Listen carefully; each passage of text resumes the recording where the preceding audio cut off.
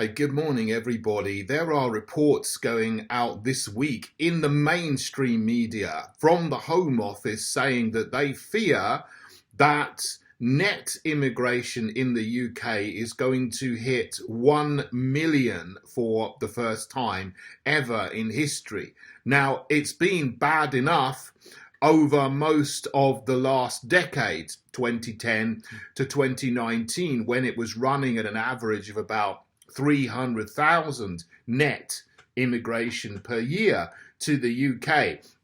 It went down to zero in 2020 with the COVID year, whatever you think of that. That's a whole other issue. But since then, 2021, 2022, it is rocketed to a level which is unprecedented and far higher than what it was before 2020.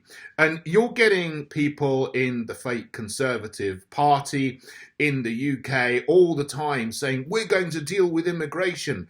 They're the ones that have created the problem and have presided over 13 years of mass, rapid, unsustainable migration, to the point where now we are seeing 50,000 people a year come across the English Channel on small boats, on dinghies, completely illegally, but just being greeted by the Border Force and the Royal Navy, and when they land, shipped off to 4- and 5-star hotels, given food and accommodation and spending money and healthcare. So the people who are coming illegally on the boats across the English Channel are getting rewarded for that endeavor. I don't blame them, because if I was in their situation and I knew that I was going to get rewarded, I would do the same thing. But it's the complete fault of the government and the agencies that are run by the government to participate in actually bringing, it's a huge military operation to bring people across. What they should be doing is stopping people from coming in. The Navy is supposed to be there to protect and defend your borders, not open them up to people who are going to take money and healthcare, obviously, but potentially also cause trouble and engage in criminal activities. And we know that gang crime has been rocketing over the last few years, in no small part due to new migrants coming to the country that have taken over the drug trade, etc., etc., county lines, all of these things. We know this, but nothing's been done to stop it. But in terms of the actual figures, the people coming across the channel in boats that you can see, although it is absolutely shocking and appalling that there are 50,000 people a year coming across, it's nothing. It's a drop in the ocean compared to the total figure, which includes people coming legally. And what's happened on top of the illegal migration you can see in the channel is that so-called legal migration has also been going through the roof. And in the 12 years, not 12 months, sorry, the 1 year, the 12 months up to June 2022, which is the last complete year we got figures on, because they do it mid-year to mid-year with immigration figures, there was net immigration of over 500,000, so significantly more than the average we've had for the last 10 years, which itself is bad. But the gross immigration, so that's just the number of people coming, not taking off the number of people going away, but the number of people actually arriving and being given entry visas, approximates to 1.1 million. That was in the last year. That's the gross immigration. So that was already over 1 million last year. And that breaks down approximately, so to the nearest 100,000, with 0.1 million, so 100,000 family visas. Now that's quite normal. That's been very stable for decades, so not worried about that. Resettlement visas.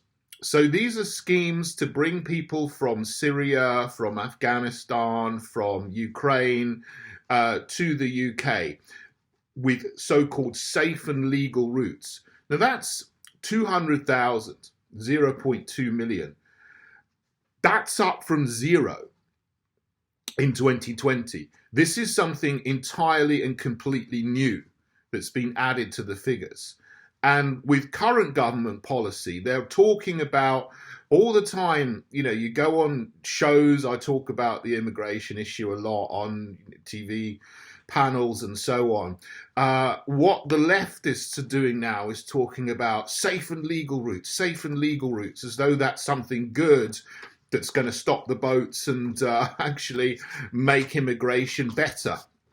The thing is, the safe and legal routes now already are there's 4 times as many people coming over through so-called safe and legal routes than there are people coming illegally across the channel. This is not really even mentioned. The scale of the resettlement programs to bring people from Ukraine, Syria, Afghanistan, etc. Now they're talking about Sudan, because that's the latest country that the United States has engaged in some really stupid, nonsensical military action and is creating a new refugee crisis. So that's something that's completely new and is adding 200,000 to the yearly figures just within 2 or 3 years of this starting. Then there's work visas. Now, work visas are about 300,000 approximately. That's what they were in the year to June 2022. Historically, they've been about 200,000, but you know, that's a very high level anyway. We kind of got used to that over the period from 2000 to 2020, but that's much, much higher than it was pre-Blair. Still, you know, that's not the major issue. The major issue is study visas, and they have totally gone through the roof. So last year, in the 12 months to June 2022, there were approximately 500,000 study visas given out for foreign students to come to the UK and go to institutes of higher education, I imagine, some people going to private schools. Now, historically, that's been much, much lower, 0.2 to 0.3 million. Now it's gone up to 0.5 million. So in all of these areas, work, study, and resettlement, there's been massive increases due to specific government programs to bring more people into the country deliberately. And that is 10 to 20 times greater than the number of people coming illegally across the channel. Now, I'm outraged about what's going on in the channel. We can all see that. But what we don't see is the huge increase in legal migration entirely caused by the fake Conservatives. I mean, not even Labour in the time of Blair and Brown would have thought of increasing it to the level that we've got today. But then they pretend they would do it now, of course. You know, there's no difference between the 4 older parties, fake Conservative, Labour, Lib Dem and Green, in their attitudes to immigration. They all want more of it, and they all continue to plough the lie that this is good for the country. Well, it's not, because there's not enough houses for people to live in. House prices and rental prices are going through the roof because 1 million extra people coming into the country a year is just causing huge demand. It's soaking up any slack in the market. There's just not the places for people to live, let alone GP surgeries, hospital appointments, school places, transport, routes, roads are getting full and the gridlock is occurring all over the place on the roads. Well, of course, that's exacerbated by low traffic neighborhoods and 15-minute cities, which again is another issue, but it all feeds into the chaos which is going on because the government is deliberately bringing in far too many people that the country simply cannot cope with because there's not the infrastructure to deal with it anyway. They're not building any more infrastructure apart from loads of housing estates all over the countryside in towns and cities and villages that people who live there and have lived there for many years don't want because they want to preserve our heritage, our countryside, the beauty of our towns and cities, and don't want to see them ruined by horrible, ugly, brutalist tower blocks going up everywhere and green fields which we use to grow food for people being given over to housing estates which don't have any extra facilities. It's all absolutely mad. So the solution, as I've said, and it's been in the Heritage Party manifesto since we started 3 years ago, is that we need strict caps on all of these areas of migration. Well, number one, we do need to stop the boats coming across the channel illegally, and we can do that by towing them back to France. And if we do that, they will just stop. But we also need absolute strict caps on these different classes: work, study, resettlement, and family. Family, we can have a cap of 100,000. It's flat, it's level. That's no problem. That's normal. Okay, people coming across because they get married to somebody who's British. Okay, so you bring your new wife or husband to the country. Okay, so that's just freedom. You're allowed to do that, of course. That's not a problem. Resettlement, stop it. We just don't have the room. It's not that I don't want to be nice to people from other countries, mostly countries that the West has been involved in stirring up war and strife and chaos in. Let's stop going around the world making wars in places like Ukraine, Syria, Afghanistan, and Sudan. And then we won't need more resettlement schemes. Okay, now what's happened in the past has happened. I wasn't the Prime Minister. Obviously, we've had terrible Prime Ministers who have engaged in wars to a greater or lesser extent during the time of Blair, Brown, Cameron, May, Johnson, Truss, and now Sunak.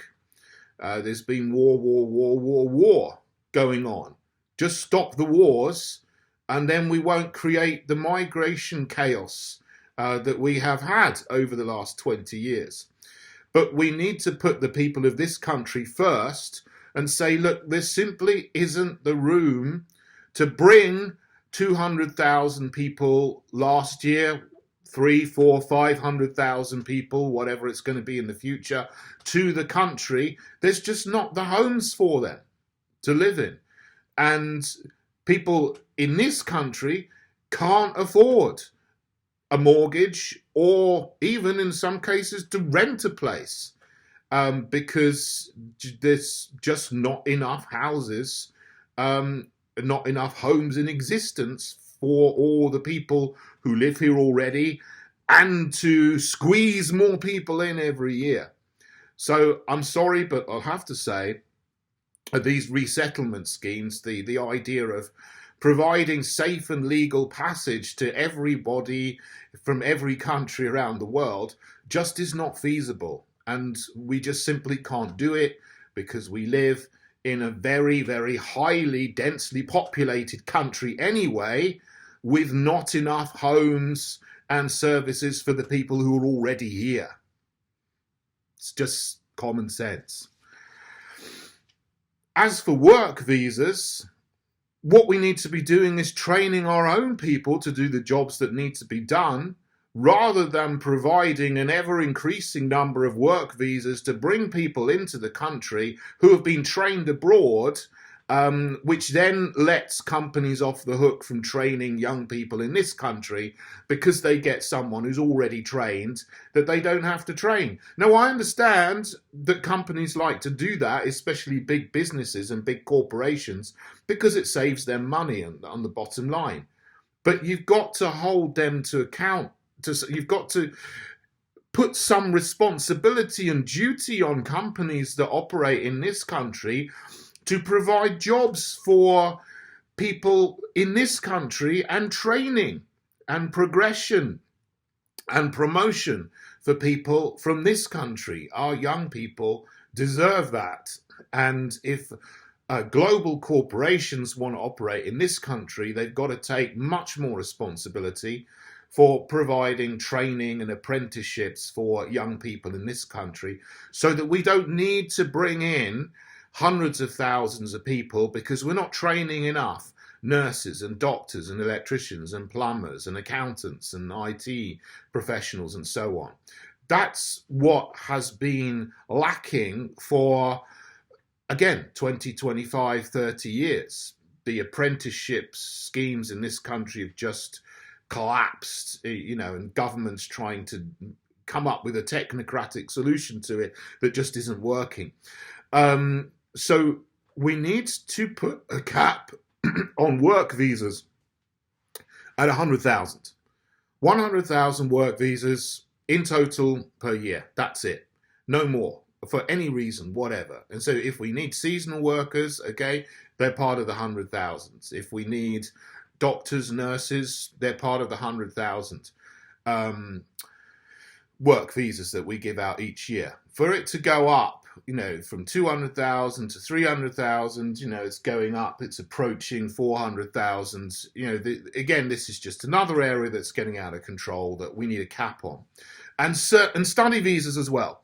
We need a cap of 100,000 per year. So only 100,000 foreign students can come to the UK to study in a university. I mean, a lot of them are going to noddy universities and doing noddy courses that isn't going to be of any use to anybody anywhere, gender studies and whatever. Universities in this country should be primarily for training people in this country, young people in this country, for the skills that they need. If they're academic, they should go to an academic university, but we shouldn't be pushing everybody from around the world to go to some noddy university that's just raking in some more government finance and then supporting people to come and do nothing of value, essentially, apart from that they come over and end up working in a bar or becoming an Uber driver or something when they finish their course. But it's just essentially another scheme to bring more people to this country who this country doesn't, they really shouldn't be here. They should be, in their own countries, but it's just a way of increasing migration figures for obviously some global plan that is going on, because this isn't just happening in the UK; it's happening all over the West. Interestingly, it's not happening in China or Russia or Saudi Arabia. There's not mass migration into those countries. There's no one saying to Nigeria or Kenya, you have to take more people from all over the world to come to your country. It's only Western countries which this is happening to and in. So there is some kind of global plan to fundamentally alter the demographics of Western nations. There was an Oxford professor who wrote an article, I think it was 2010, who said by 2066, white British people would be a minority, an absolute minority in Britain, in the United Kingdom. So the demographic change is well and truly underway and accelerating with more mass immigration. So all of these things that Rishi Sunak and Suella Braverman and Priti Patel and before them Theresa May and David Cameron have said about getting net migration down to the tens of thousands and controlling our borders is absolute nonsense. It's bait and switch. It's sleight of hand. They're saying one thing and they're doing exactly the opposite with the other, not just with illegal migration, but with legal migration. Legal migration is over 1 million already. And the newspapers report, even in the mainstream media, which you normally can't trust, but even they are saying that this year net migration is likely to be over 1 million, which means that gross migration will be something like 1.3 million this year, as they continue to increase the work and the study and resettlement visas that they give out.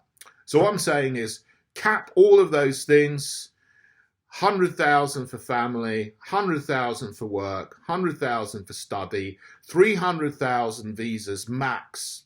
That's more than enough for people to want to come into this country. And that's way, way more than was ever considered in the 60s and 70s and 80s. So that's what I would do as one of the first things if the Heritage Party is elected and gets into government. And then we can it wouldn't be bad to have a period of net emigration rather than net immigration, so that we can get back to a place where the housing market is stable and there are enough public services and resources for the people to live in this country without being squashed in like sardines and having to pay over £1,000 a month for a room if you're a young professional in an urban centre, and having to wait months or years for a hospital appointment. These things are just simple maths. So that's what we need to do. And you can't trust any of the four-headed uni party to actually implement common sense on immigration, because they're hell-bent on increasing it to a level which is just going to create chaos. So there we go. Please vote for us and join us and stand for us in the Heritage Party to make a change. God bless you all.